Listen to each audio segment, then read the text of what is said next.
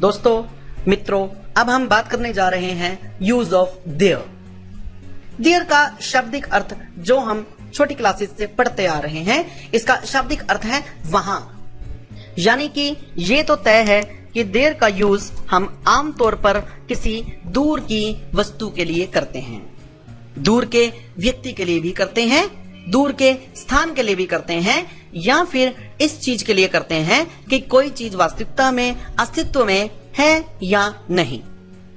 जैसे जैसे हम देयर का प्रयोग करते जाएंगे, हम और भी इसके बारे में बहुत कुछ समझते जाएंगे। जैसा कि आप स्क्रीन पर देख पा रहे हैं कि किसी के अस्तित्व यानी कि किसी की एग्जिस्टेंस को जानने के लिए कि उसकी एग्जिस्टेंस है या नहीं, उसके लिए देयर का यूज करते हैं। देयर का प्रयोग हम किसी दूर के स्थान के लिए करते हैं, देयर का प्रयोग हम किसी व्यक्ति के लिए भी करते हैं।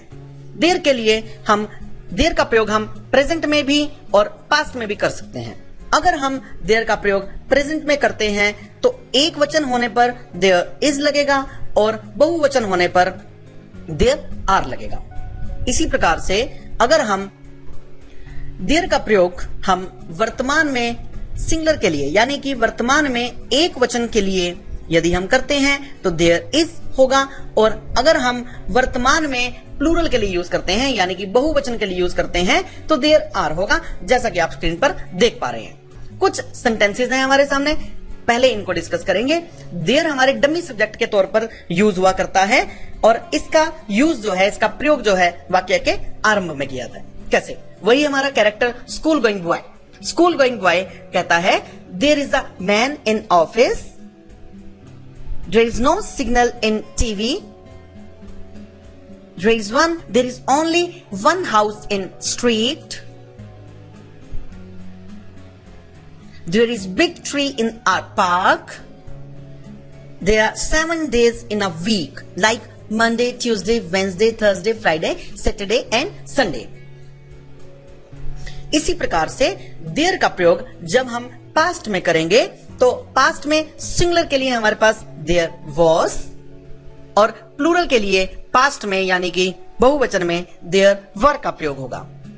वही स्कूल गोइंग बॉय हमारा फिर पुनः कुछ एग्जांपल्स को देता है by saying there was a man in office at 3 o'clock but now there is nobody in office, there was no signal in TV at 2 PM but now it has signals, there was a single house last year but now there are many houses, there was one big tree in our park last month, but there are many trees now.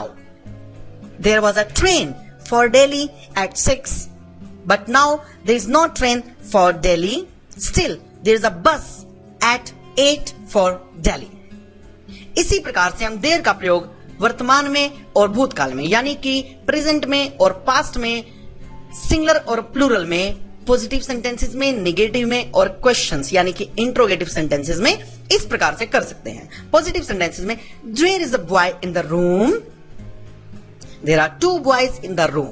जब हम singular को plural में convert करेंगे there का प्रयोग as it is रहेगा, यानी कि देयर वाक्य के शुरू में ही लगेगा, लेकिन देयर के तुरंत बाद लगने वाली हमारी हेल्पिंग वर्ब जो है वो सिंगुलर में इज के तौर पर रहेगी और प्लूरल में आर लग जाएगा। कैसे? दोबारा से देखेंगे। There is a boy in the room, there are 2 boys in the room, there is no boy in the room, there are no boys in the room, there isn't a boy in the room। यानी कि ये हम negative sense की बात कर रहे हैं। दोबारा से there is no boy in the room या फिर there isn't a boy in the room या फिर there is no boy in the room. ये तीनों की तीनों हमारी नेगेटिव की फॉर्म से हम किसी भी प्रकार से वाक्य में प्रयोग कर सकते हैं।